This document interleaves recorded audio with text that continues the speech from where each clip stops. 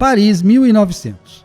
Se os atenienses não tinham dinheiro para organizar os Jogos de 4 anos antes, os parisienses viviam um tempo de prosperidade e otimismo. Os recursos empregados na Exposição Universal de 1900, uma grande feira de artes, folclore e produtos físicos, com participação de todos os países que contavam então, eram astronômicos. Nem por isso os Jogos primaram por boas instalações, pelo contrário. O nome Olimpíadas foi substituído por Concurso Internacional de Exercícios Físicos e de Esportes, parte da programação da grande exposição. Boa parte da população sequer ficou sabendo dos Jogos, para desespero do barão Pierre de Coubertin, idealizador dos Jogos Olímpicos da Era Moderna, responsável diretamente pela escolha de Atenas e de Paris para as 2 primeiras edições. Estendendo-se por 5 meses, as competições estiveram sediadas em pântanos, salões infectos e campos abertos, sem arquibancadas ou algo semelhante. A natação teve suas provas no Rio Sena, poluído em meio ao tráfego regular de barcos. Não houve sequer uma cerimônia de abertura propriamente dita. Os eventos esportivos tiveram lugar de 14 de maio a 28 de outubro, enquanto a exposição se estendeu de 15 de abril a 12 de novembro. Corridas de balão e natação subaquática, entre outros esportes não olímpicos, fizeram parte da programação da exposição, mas não contaram para o quadro de medalhas, consolidado apenas em 1912. A cidade contava então com 2.700.000 habitantes. Chegaria a 2.900.000 em 1921, para começar a recuar até os 2.400.000 atuais. A economia era baseada em comércio, administração pública, capital do país, e indústrias, muitas indústrias. No total, tinha quase 1 milhão de trabalhadores empregados, alguns deles já especializados em receber um enorme fluxo de turistas, 50 milhões naquele ano em função da exposição. Fundada provavelmente no século IV a.C. pelos parísios, tribo celta, ingressa na história no século I a.C., pela mão dos romanos, que a batizam com o nome Lutécia. Os dados mais confiáveis dão conta de 6.000 viventes ali sediados em 250 d.C., capital do reino dos francos, povo bárbaro. A partir do século VI, a cidade chegará a 1180 com 25.000 moradores, pouco depois da fundação da Universidade de Paris, surgida da escola da Catedral de Notre-Dame. A atração de estudantes de toda a Europa será um dos fatores que irão dobrar a população nos 50 anos seguintes, com crescimento contínuo a partir dali, exceto pelo período da Peste Negra, século XIV. Por ser talvez a mais conhecida, visitada por turistas e charmosa cidade do mundo, voltaria a sediar uma Olimpíada em 1924, apesar da péssima organização daqueles Jogos de 1900. Esportes bizarros. Não causa tanto assombro saber que o cricket foi esporte oficial nas Olimpíadas de Paris de 1900. Mas croquet? Bem, não se pode negar o espírito cosmopolita dos organizadores dos Jogos, dispostos a valorizar até a regionalíssima pelota basca. Nesse esporte você já ouviu falar, não? Na verdade, a imprensa só considerava como parte do programa olímpico as provas de atletismo. As demais disputas foram promovidas pela Exposição Internacional a título de entretenimento. Mais tarde, resolveu-se por separar o que valeria para o quadro histórico de medalhas olímpicas, o que não valeria. Disputas como a de golfe permaneceram por muito tempo no campo da indecisão, tanto que a vencedora feminina nesse esporte, Margaret Ives Abbott, nunca chegou a saber que participara de uma Olimpíada.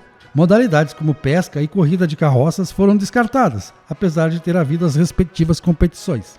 O cabo de guerra não só valeu, como seria repetido em jogos posteriores. Finalmente, os esportes que contaram foram atletismo, ciclismo, cricket, croquet, equitação, esgrima, futebol, ginástica, golfe, natação, pelota basca, polo, remo, rugby, tênis, cabo de guerra, tiro com arco, vela e polo aquático. Ao todo, foram distribuídas 87 medalhas de ouro, a maior parte delas a posteriori e simbolicamente. Há entre esses ouros caso de 2 medalhas máximas para a mesma disputa, ou porque houve empate, ou porque as equipes vencedoras eram mistas. Nesse último caso, a medalha não é computada para os 2 ou mais países, mas para a bandeira olímpica dos mistos. No quadro geral de medalhas, a França computou mais primeiros lugares, 26 deles. Jogar em casa é uma vantagem natural. Muito mais vantagem se os adversários convidados estão no país a passeio e nem esportistas de origem eram, como foi o caso de muitos dos adversários dos franceses que disputaram medalhas com eles. Os Estados Unidos não ficaram longe dos anfitriões, 19 ouros, 16 deles no atletismo, esporte para o qual levaram uma equipe preparada. Entre os destaques americanos na modalidade, chama a atenção Ray Elway, vencedor de 3 provas: salto em altura sem impulso, salto em distância sem impulso e salto triplo sem impulso. Alto e com musculatura bem distribuída, o atleta da Lusiânia ganharia mais 5 medalhas de ouro em St. Louis e Londres, os jogos seguintes, somente uma delas com impulso, podendo correr antes de saltar, salto em distância. O caso de Ray é notável pelas marcas obtidas sem impulso: 3 metros e 21 centímetros no salto em distância. Seu recorde pessoal chegaria mais tarde a 3,47. 10,58 metros no triplo e incríveis 1,655 m no salto em altura. As modalidades sem impulso permaneceram nos Jogos até 1912. A disputa da maratona foi a mais emblemática da confusa organização dos Jogos. O trajeto não estava corretamente demarcado. Muitos competidores foram avisados durante a prova que deveriam regressar por ter pegado o caminho errado. Michel Teatro, luxemburguês de nascimento, mas morador de Paris havia algum tempo, conhecia os atalhos e cruzou em primeiro com 2 horas e 59 minutos de competição. Um francês, Émile Champion, passou a linha 4 minutos depois. O terceiro colocado, um sueco, só apareceu 33 minutos mais tarde. Atletas americanos contestaram por muito tempo o resultado. Um deles, Arthur Newton, alegando que nunca foi ultrapassado durante a corrida. A propósito, contestações de resultados em maratonas seriam comuns nos primeiros tempos olímpicos, com poucos fiscais e, em alguns trechos, escassas testemunhas. Linda, rica e elegante. Um frio suave num dia ensolarado marcava aquele 3 de outubro de 1900 em Paris. Margaret, aos 24 anos, botou-se num vestido branco longo, enfeitado por uma gravata e acompanhado por um cinto a marcar sua fina cintura.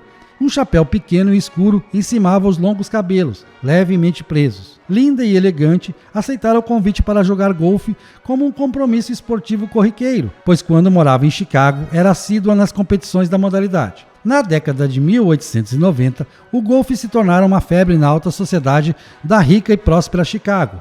Havia nada menos que 22 clubes destinados à prática. Era considerado um esporte ideal para as mulheres, por não envolver contato físico nem esforço demasiado, além de propiciar desfiles em trajes sociais.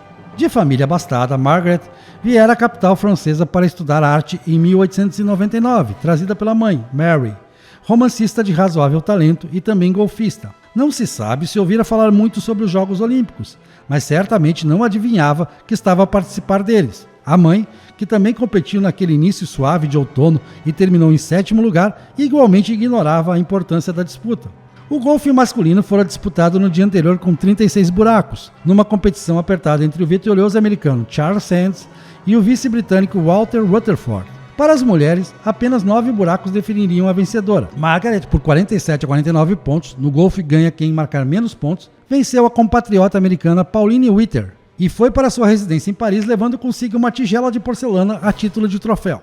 Margaret Ives Abbott, nascida em Calcutá, na Índia, passou quase toda a sua vida nos Estados Unidos e ganhou mais alguns torneios de golfe, todos amadores. Morreu em 1955 na pequena Greenwich, Connecticut, sem jamais imaginar que fora a primeira mulher americana a vencer uma competição olímpica. O feito somente seria reconhecido em definitivo em 1982, graças à obsessão da pesquisadora do esporte Paula Welch, que reuniu os documentos capazes de provar ter aquela competição feito parte do programa oficial dos Jogos Olímpicos de 1900. Participação brasileira. O Brasil não participou dos Jogos Olímpicos de 1900. A primeira participação brasileira só ocorreria em 1920 em Antuérpia.